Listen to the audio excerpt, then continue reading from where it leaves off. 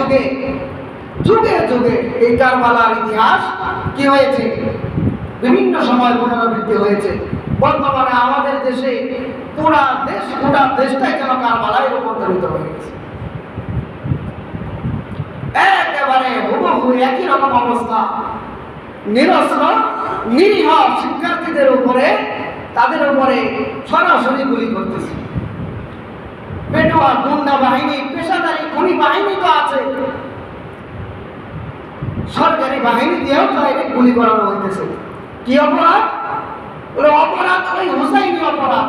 সে তার অধিকার চেয়েছে, সে কারো বিরুদ্ধে যায় নাই, কাউকে ইটা মারে নাই, কারো বিরুদ্ধে স্লোগান দেয় নাই, কাউকে নামানোর কথা বলে নাই, কারো পক্ষে বলার বিপক্ষে বলে নাই, শুধু বলছে আমরা লেখাপড়া করছি, আমাদের এই অধিকার আমরা পেতে চাই, আর কিছু না। এটাই অপরাধ। এই অপরাধে তাদেরকে কি করা হচ্ছে? গুলি করে হত্যা করা হচ্ছে। হুবহু কারবালার অবস্থা, কারবালার সিচুয়েশন, পরিস্থিতি আর আজকের বাংলাদেশের পরিস্থিতি হুবহু একেবারে মিল, একদম মিল। হুসাইন রাদিয়াল্লাহু তাআলা উদ্দেশ্য ছিল না ইয়াজিদের বিরুদ্ধে বিদ্রোহ, এরকম উদ্দেশ্য ছিল না, কিন্তু পরিস্থিতি এমন করানো হয়েছিল, ওনাকে উদ্দেশ্য না থাকা সত্ত্বেও ছাড় দেওয়া হয় নাই, ইচ্ছাকৃতভাবে মেরে ফেলা হয়েছে, শহীদ করা হয়েছে। আজকেও তাই হইতেছে। ছাত্র জনতা তাদের উদ্দেশ্য ছিল একটা, জোরপূর্বক তাদের উদ্দেশ্যকে চতুরতা করে দুর্বলতার সাথে অন্যদিকে ডাইভার্ট করার জন্য চেতনা ব্যবসায়ীরা তারা কি করতেছে? অন্যদিকে টেনে দিতেছে।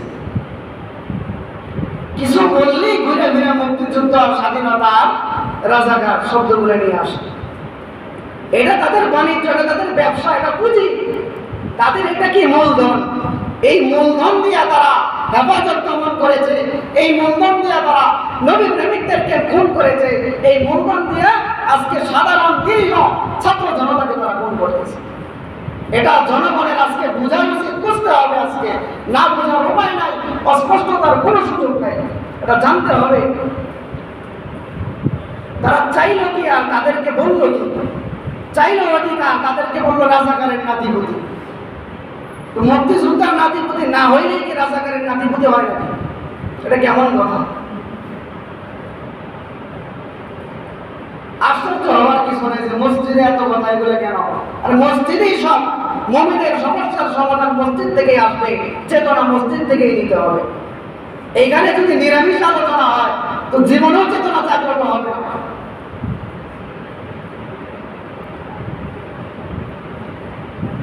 অবস্থান পরিষ্কার, জালেমের জুলুমের পক্ষে থাকা যাবে না। এই যে কোটা প্রথা, এটা ইসলাম কি বলে এটা তো জানা দরকার কি না? ছোট্ট একটা হাদিস বলি। আল্লাহ রাসূল সাল্লাল্লাহু আলাইহি ওয়াসাল্লাম বলেন, আনজিলুন নাসা মানাজিলাহুম।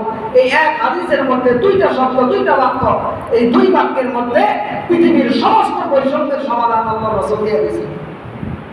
আবু দাউদ শরীফের হাদিস, আল্লাহ রাসূল বলেন, আনজিলুন নাস মানাজিলাহুম। একটা শব্দ, একটা বাক্য, আনজিলুন নাসা, মানুষকে বসায় দাও কোথায়? মানাজিলাহুম, তার উপযুক্ত জায়গায়, তার উপযুক্ত জায়গায়। আনজিলুন নাসা মানাজিলাহুম, যে যেটার উপযুক্ত তাকে ওইখানে যাওয়ার সুযোগ করে দাও। যার মেধা আছে সে মেধা দিয়ে মেধার জন্য মেধার কোটায় চাকরি দেবে। যে যেই চেয়ারের যোগ্য, তার যোগ্যতা অনুসারে তাকে সেখানে যাইতে দাও। এটাই ইসলাম। এটাই কি ইসলাম? বাপ দাদা কে কি করলো, দাদার কীর্তি দিয়া 14 গোষ্ঠীর পায়ের করা, এটার সুযোগ ইসলামে নাই কোন অবস্থাতে। কত বড় বৈষম্য কথা! মুক্তিযোদ্ধাদের নাতিপতি 14 গোষ্ঠী যদি এত সুবিধা পায়, এই বাংলাদেশে এই পর্যন্ত এমন কোনো লোক আমি দেখি নাই যে মুক্তিযোদ্ধাদের ভাতা দেওয়া, তাদের রাষ্ট্রীয় সুবিধা দেওয়ার বিরোধিতা করে। এবং তো দেখছেন আপনারা কেমন, কারণ তাদের অবদান আছে, তারা প্রাপ্য, এই দেশের কাছে, মানুষের কাছে তারা কি প্রাপ্য। এই জন্য তাদের অধিকার অবশ্যই দেওয়া উচিত, তাদের সম্মান অবশ্যই দেওয়া উচিত। রাসূলুল্লাহ সাল্লাল্লাহু আলাইহি ওয়াসাল্লাম বদরি সাহাবীদেরকে সর্বাবস্থায় প্রাধান্য দিতেন, জানেন এই ইতিহাস। কারণ ইসলামের প্রথম যুদ্ধ ছিল এটা, ইসলামের একেবারে লাইফ সাপোর্ট ছিল এই যুদ্ধ। এখানে যারা অংশগ্রহণ করেছে আল্লাহ তাআলা তাদের অতি ভবিষ্যতের সবকটা মাপের ঘোষণা দিয়েছে। রাসূলুল্লাহ সাল্লাল্লাহু আলাইহি ওয়াসাল্লাম বদরি সাহাবীদেরকে মাল রাষ্ট্রীয় সম্পদের বন্টনের মধ্যেও সাধারণদের থেকে বেশি দিতেন। তো এই ফজিলত এটা ইসলাম স্বীকার করে, যাদের অবদান আছে তাদের এই কৃতিত্বকে স্বীকার করা, তাদেরকে কি করা, মূল্যায়ন করা। কিন্তু এর মানে এই না তার 14 গোষ্ঠী এই নামে পার হয়ে যাবে। কেন? বাংলাদেশে 30 লক্ষ মানুষ শহীদ হয়েছে, 30 লক্ষ শহীদের নাতিপুতিরা কেন কোনো উপটা হবে না? কত বড় বৈষম্যের কথা! শুধু মুক্তিযুদ্ধ করেই কি দেশ স্বাধীন হয়েছে? মানুষ শহীদ হয় নাই? 30 লাখ তার থেকে বেশি হয়েছে বলা যায়, হিসাবের কথা 30 লাখ। তো 30 লাখ শহীদের নাতিপুতিরা এই দেশে কি পাইল? ওই সময় তাদের বাপ দাদারা শহীদ হয়েছে, আজকে তাদের নাতিপুতিরা শহীদ হইতেছে, এটাই তো পাইল। আর ওই সময় যারা জিন্দা ছিল আজকে তাদের নাতিপুতিরা আবারও হইতেছে। আদর্শিক ব্যক্তিরা কখনো বৈষম্যের কথা বলতে পারে না। আমি অনেক মুক্তিযুদ্ধের বক্তব্য শুনেছি, স্পষ্ট বলতেছে যে মুক্তিযুদ্ধ করছি এই জন্য না যে আমার গোষ্ঠী সূত্রে এনে পার করবো, বরং আমি যে জীবিত আছি এটাই তো আমার পরিবারের জন্য বড় উপহার। তো যাই হোক, ওগুলো আমার আলোচনার বিষয় না। বিষয় হলো কোটা কথা ইসলাম সম্পূর্ণ সমর্থন করে না, কোনোভাবেই সুযোগ নাই, কোনোভাবে এই ধরনের বৈষম্য সুযোগ ইসলামে নাই। এটার বিরুদ্ধে কেউ যদি অধিকার চায় এটা তার ন্যায্য অধিকার, আর এটার বিপরীতে কেউ যদি তাদেরকে গুলি করে মারে সে জালেম, সে এই জামানার ইয়াজিদ, এই জামানার সে ফেরাও। পরিষ্কার কথা, অস্পষ্টতার কোনো সুযোগ ইসলামে নাই। হাদিসের মধ্যে আল্লাহ রাসূল আল্লাহ তাআলা পবিত্র কোরআনে কি বলেন? মান কাতালা মুমিনান মুতাআম্মিদান ফাজাযাউহু জাহান্নাম খালিদান ফিহা। যে ব্যক্তি কোনো মুমিনকে অন্যায়ভাবে হত্যা করলো, হত্যা করার অপরাধ সে করে নাই, তাকে হত্যা করে ফেললো, তার ঠিকানা হলো স্থায়ী জাহান্নাম। وغضب الله عليه ولعنه وأعد له عذابا عظيما। আল্লাহ তার উপরে রাগান্বিত হন, তার উপরে লানত করে এবং তার জন্য কঠিন থেকে কঠিন শাস্তি প্রস্তুত করে রাখছে। হাদিসের মধ্যে আল্লাহ রাসূল বলেন, লা যাওয়ালুদ দুনিয়া আহওয়ানু আলাল্লাহি মিন কতলি রাজুলিন মুসলিমিন। একজন মুসলমানকে অন্যায়ভাবে হত্যা করা গোটা দুনিয়া ধ্বংস করার চাইতেও বড় পাপ। দুনিয়ার সব কিছু, গোটা দুনিয়া ধ্বংস করে দেওয়া যত বড় গুনাহ, একজন মুমিনকে অন্যায়ভাবে হত্যা করা তার চাইতে বড়। অন্য হাদিসে আল্লাহ রাসূল বলেন, মান মাশা ইলা রাজুলিন মিন উম্মতি লিয়াকতুলাহু।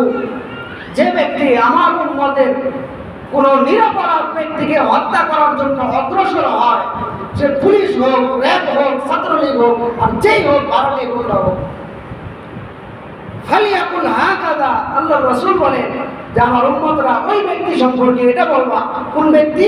যে ব্যক্তি আমার উম্মতের নিরপরাধকে হত্যা করার জন্য অগ্রসর হয় তাকে এটা বলবা যে ফাল কাতিলু ফিন নার ওয়াল মাকতুলু ফিল জান্নাহ। এই যে কাতিল হত্যাকারী সে জাহান্নামে, ওয়াল মাকতুলু ফিল জান্নাহ, আর যাকে হত্যা করা হলো সে জান্নাতে। এই কথা কে বলতে শিখাইছেন? আল্লাহর রাসূল শিখাইছেন। এই জন্য দেখবেন যখনই ওই দলের ওই শ্রেণীর কারো মৃত্যুর সংবাদ আসে, কমেন্ট বক্সে যায় দেখবেন আলহামদুলিল্লাহ আলহামদুলিল্লাহ, সব লাভ দিয়ে। কেন? এটা হাদিসের উপর আমল হইতেছে, মাশাআল্লাহ। যদিও জানি না আমরা, কিন্তু হাদিসের উপর আমল হইতেছে। এটা আল্লাহর রাসূলের ঘোষণা। যে ব্যক্তি নিরপরাধকে হত্যার জন্য অগ্রসর হইল তাকে বলবা আল কাতিলু ফিন নার। এই কাতিল তুই জাহান্নামী, তুই কি জাহান্নামী, আর মাকতুল যে সে জান্নাত। আবার হাদিসে আল্লাহর রাসূল বলেন, আবু হুরায়রা রাদিয়াল্লাহু তাআলা আনহু থেকে বর্ণিত, লাউ আন্না আহলাস সামাই, ভালো করে শুনেন, এদিকে খেয়াল করেন, লাউ আন্না আহলাস সামা ওয়াল আরদ, আসমান এবং দুনিয়ার সমস্ত অধিবাসীরা যদি কি করে, ইশতারাকু ফি দামিন মুমিনিন, শরীক হয়, ঐক্যবদ্ধ হয় একজন মুমিনের রক্ত প্রবাহিত করার ব্যাপারে। ভালো করে বুঝবেন, আসমান জমিনের সমস্ত অধিবাসীরা যদি একজন মুমিনকে অন্যায়ভাবে হত্যা করার ব্যাপারে ঐক্যবদ্ধ হয়, একমত পোষণ করে, লা আকাব্বাহুমুল্লাহু ফিন নার, আল্লাহ তাআলা আসমান জমিনের গোটা অধিবাসীকে সকলকে শুদ্ধ জাহান্নামে নিক্ষেপ করবে। কথা বলছেন? এই জন্য একজন শহীদ হয়েছে, আপনি জালেমের পক্ষ নেবেন, যে জালেমের পক্ষ নিল সেও কাতিল, সেও হত্যাকারীর অন্তর্ভুক্ত হবে, সেও জাহান্নামী। সেও কি জাহান্নামী। বর্তমানে এই সময়ে আপনি হিসাব করে নিতে পারেন আপনি জাহান্নামী না জান্নাতি।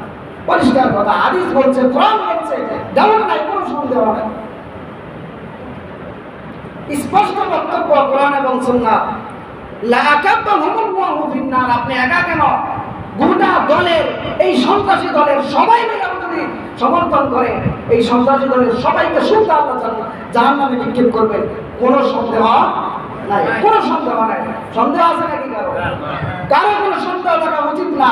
এখনো সুযোগ আছে, এই দলের সেই রকম সমর্থক কেউ থাকলে তওবা করেন, তওবা করেন, তওবার দরজা খোলা আছে, তওবা করেন, ফিরে আসেন, ফিরে আসেন। জালেমের জুলুমের সমর্থন করে নিজের আখিরাত ধ্বংস করবেন, আখিরাত ধ্বংস করেন না। এই পর্যন্ত এই দলের কিছু কুকুরও তো মারা গেছে, গেছে না? মারা গেছে। মারা যাওয়ার পরে তারা দল থেকে কি পাইছে? কোন একটা জাতীয় নেতা বা ছাত্র যারা ছাত্রলীগ, তাদের কেন্দ্রীয় কোন নেতা সুখ প্রকাশ করছে, বলে সুখ প্রকাশ করার টাইম করে নিজের পিঠের চামড়ায় উঠে যেতেছে। তো দুনিয়াতেই যদি এই অবস্থা হয়, খবর নেয় না, আখিরাতে কি হবে? বোঝার বিষয়, আখিরাতে কি হবে বলেন? এই জন্য অন্যের জন্য নিজের আখিরাত ধ্বংস করা এটা বোকামি ছাড়া, নির্বুদ্ধিতা ছাড়া কিছু না। আরো হাদিস, আল্লাহ রাসূল অন্য হাদিসের মধ্যে বলেন, ইয়াজিউল মাকতুলু বিকাতিলিহি ইয়াউমাল কিয়ামা, নিহত ব্যক্তি হাসরের ময়দানে তার কাতিলকে, হত্যাকারীকে নিয়ে উপস্থিত হবে আল্লাহ তাআলার কাছে। ফায়াকুলু, এবং বলবে যে সাল্লাহাদা, এই ব্যক্তিকে আপনি আল্লাহ আপনি প্রশ্ন করেন, ফিমা কতালানি, যে আমাকে সে কেন হত্যা করেছিল। এই ব্যক্তিকে কি করেন? জিজ্ঞাসা করেন, আমাকে কেন হত্যা করেছিল। ফায়াকুলু, সে বলবে কাতালতুহু আলা মুলকি ফুলানি, সে বলবে যে আল্লাহ, আমি তো অমুক ব্যক্তির রাজত্ব রক্ষার জন্য তাকে হত্যা করেছি। বর্তমান পরিস্থিতি থেকে মনে হয় যে আপনার রাসূল মনে এটা দেখেই হাদিস বলছে, তাই তো মনে হইতেছে। আমি অবাক হয়ে গেছি যে হাদিসের ভান্ডার, যে বিষয় তালাশ করি, যেই বিষয়ে ডুব দেই, আল্লাহই আল্লাহর কসম হুবহু সময়ের প্রেক্ষাপট অনুযায়ী মনে হয় যেন আজকের পরিস্থিতি থেকে এই হাদিস আল্লাহর রাসূল বলছে। তাই তো মিলে গেল যে কি, সে বলবে কাতালতুহু আলা মুলকি ফুলানি, আমি অমুকের রাজত্বে, তার রাজত্বের জন্য এই কাজ করছি, অমুকটা হত্যা করছি।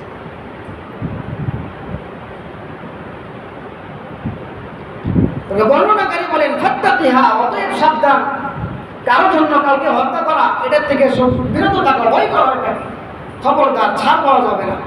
অন্য হাদিসে রাসূল সাল্লাল্লাহু আলাইহি সাল্লাম বলেন, ইয়াজিউল মাকতুলু বিল কাতিল ইয়াউমাল কিয়ামা নাসিয়াতুহু ওয়া রাসুহু বিয়াদিহি, মাকতুল হত্যাকারী, নিহত ব্যক্তি হত্যাকারীকে তার চুলের মুঠি ধরে, কপালের চুলের মুঠি ধরে টাইনা আল্লাহ তাআলার কাছে নিয়ে যাবে। ওয়াউদাতুহু তাশহাবু দামা, এই অবস্থায় তাকে যে জখম করেছিল সেখান থেকে রক্ত পড়তে থাকবে। ইয়াকুলু ইয়া রাব কাতালানি হাদা হাত্তা ইউদনিয়াহু মিনাল আরশ, সে বলতে থাকবে, হে আল্লাহ, এটা আমাকে, এই লোক আমাকে দুনিয়াতে হত্যা করেছিল। এভাবে বলতে বলতে সে নিতে নিতে আল্লাহর আরশের কাছে নিয়ে যাবে। ক্বালা, রাবী বলেন, ফাযাকারু লিইবনি আব্বাস আত-তাওবাতা, তখন এক ব্যক্তি বলল যে এই ব্যক্তি কাতিল যদি তওবা করে, তখন ইবনে আব্বাস তেলাওয়াত করলেন, ওয়াইয়াকতুল মুমিনান মুতাআম্মিদান ফাজাযাউহু জাহান্নাম খালিদান ফিহা, যে ব্যক্তি মুমিনকে, নিরপরাধ মুমিনকে হত্যা করবে তার শাস্তি কি? নিশ্চিত জাহান্নাম। মা নুসিখাত হাযিহিল আয়াতু ওয়া লা ইউবাদদাল ওয়ালা বুদ্দিলাত, যে এই আয়াত মানসুখ হয় নাই, রহিত হয় নাই, পরিবর্তন হয় নাই, তওবা করেই মাপ পেয়ে যাবে, এত সোজা। মুমিনকে হত্যা করবা, একজনের জান শেষ করে দিবা, আর করবা মাপ চাইছি আর মাপ হয়ে যাবে, এত সহজ না, এত সহজ কাজ হবে না। এই আয়াত মানসুখ হয় নাই, বরং এই জন্য শাস্তি নিশ্চিত। অন্য হাদিস আল্লাহর রাসূল বলেন,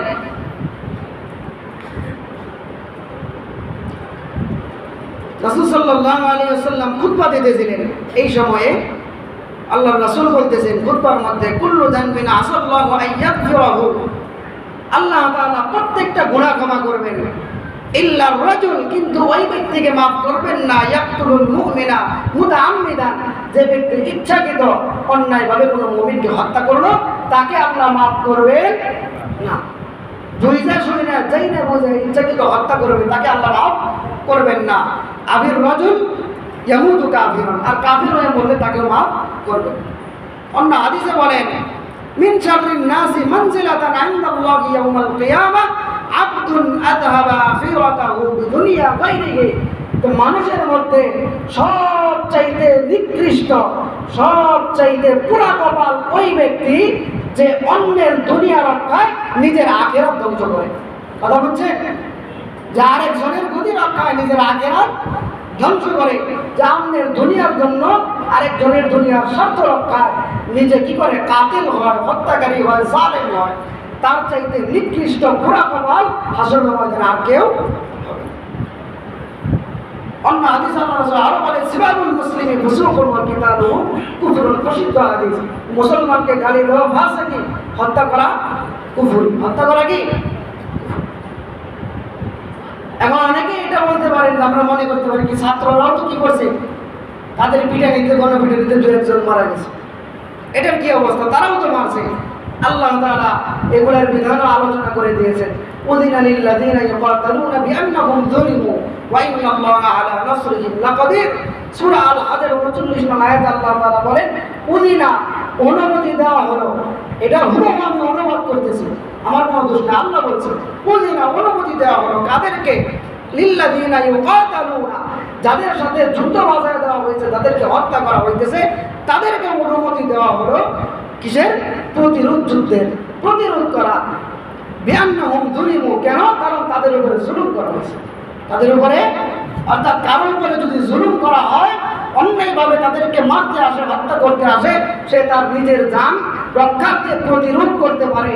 এটা তার জন্য শুধু জায়েজ না, ক্ষেত্র বিশেষে ওয়াজিব। ক্ষেত্র বিশেষে কি?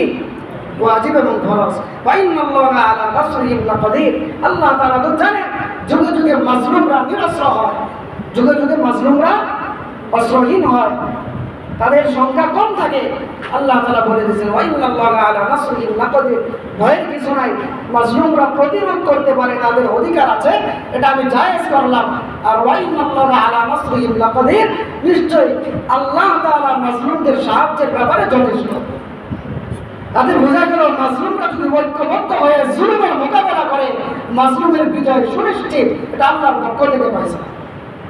এই জন্য প্রয়োজন ধৈর্য এবং কি সবর এবং স্থিরতা, এটা দরকার। বরং আল্লাহ তাআলা কোরআনের মধ্যে অন্য এক বিষয় উল্লেখ করতে গিয়ে বলেন ওয়াকাতাবনা আলাইহিম ফিহা আন্নান নাফসা বিন নাফস ওয়াল আইনা বিল আইনি ওয়াল আনফা বিল আনফি ওয়াল উযুনা বিল উযুন ওয়াস সিন্না বিল সিন্নি ওয়াল জুরুহা কিসাস। তাওরাতের মধ্যে এই বিধান ছিল এবং ক্ষেত্র বিশেষে বর্তমানেও এটা প্রযোজ্য যে কেউ যদি কারো কি কাটে, চোখ উপড়ায় নেয়, চোখ উপড়ানোর বদলে তার চোখ উপড়ায় দেওয়া হবে। ওয়াল আনফা বিল আনফ, কারো নাক কাটে দিলে এটার বদলে তার নাক কাটা হবে। ওয়াল উযুনা বিল উযুন, কান কাটলে তার কান কেটে দেওয়া হবে। ওয়াস সিন্না বিস সিন্নি, কারো দাঁত ভাঙলে তার বিপরীতে তার দাঁত ভেঙে দেওয়া হবে। ওয়াল জুরুহা কিসাস, যে কোনো রকমের জখম করেছে হুবহু ওই পরিমাণ কতলা তাকেও ফিরিয়ে দেওয়া হবে। এটার অধিকার মাজলুমের আছে, এই অধিকার মাজলুমের আছে। এই জন্য এই প্রতিরোধ করতে গিয়ে কাউকে মারলে এটা অপরাধী না, এটা প্রতিরোধ। এটা কি? প্রতিরোধ। কারণ তারা মারতে চায় না, তাদেরকে মারতে এসে জান তো বাঁচাইতে হবে। ওমান লাম ইয়াহকুম বিমা আনজালাল্লাহু ফাউলাইকা হুমুল যালিমুন, এটা ভিন্ন বিষয়। এরপরেও কথা হলো যারা নিজেদের অধিকারের জন্য নিহত হয়ে গেল, তাদের কি বিধান, তারা কি করবে, তাদেরকে কি করবে?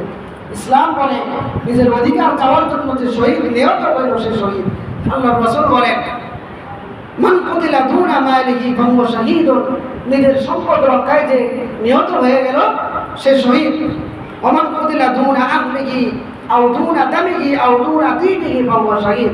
অনুরূপভাবে যে ব্যক্তি তার পরিবারের উপরে জুলুম আসছে এটা রক্ষায় সে যদি প্রতিরোধ করতে গিয়ে নিহত হয় সেও শহীদ, আর দুনা দামিহি, অথবা তাকে মারতে আসছে, আমাকে কতল করতে আসছে, গুলি করতে আসছে, আমাকে হত্যা করার জন্য উদ্যত হয়েছে, এই অবস্থায় আমি প্রতিরোধ করতে যাই আমি নিহত হয়ে গেলাম, আমিও শহীদ। অথবা যে দ্বীনের জন্য, ইসলামের জন্য জিহাদ করে যুদ্ধ করে মারা যায় সেও শহীদ। অতএব এটা আফসোসের কিছু নাই। কেউ যদি জুলুমের মোকাবেলায় প্রতিরোধ যুদ্ধে শহীদ হয়, মারা যায়, সেই ইনশাআল্লাহ ইনশাআল্লাহ সে শহীদ আল্লাহর কাছে শহীদ হিসাবে পরিগণিত হবে। এই জন্য নিজেদের অবস্থান স্পষ্ট থাকা, জালেমের পক্ষাবলম্বন এটাও জালেম, সে নিজেও কি জালেম। এই জন্য আল্লাহ তাআলার কাছে সর্বোচ্চ দোয়া করা, জালেমের জুলুম থেকে গোটা দেশ জাতিকে আল্লাহ তাআলা নাজাত দেন। মুহররমের এই পবিত্র মাসে আল্লাহ তাআলা ফেরাউনের জুলুম থেকে মুসা আলাইহিস সালাতু ওয়াস সালামের উম্মতকে আল্লাহ তাআলা নাজাত দিয়েছিলেন। হাদিসে আল্লাহর রাসূল আশা ব্যক্ত করেছেন যে আমার পরবর্তী অনেক উম্মতকেও আল্লাহ তাআলা এই দিনে নাজাত দিবেন। তো আমরা দোয়া করব, ওই দোয়া, ওই আশা আমাদের জন্য আল্লাহ বাস্তবায়ন ঘটায় দেন।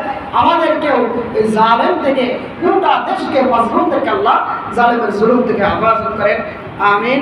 আল্লাহ তাআলা আমাদেরকে বুঝান এবং জুলুমের, জালেমের জুলুমের ব্যাপারে অবস্থান স্পষ্ট থাকার তৌফিক দান করেন।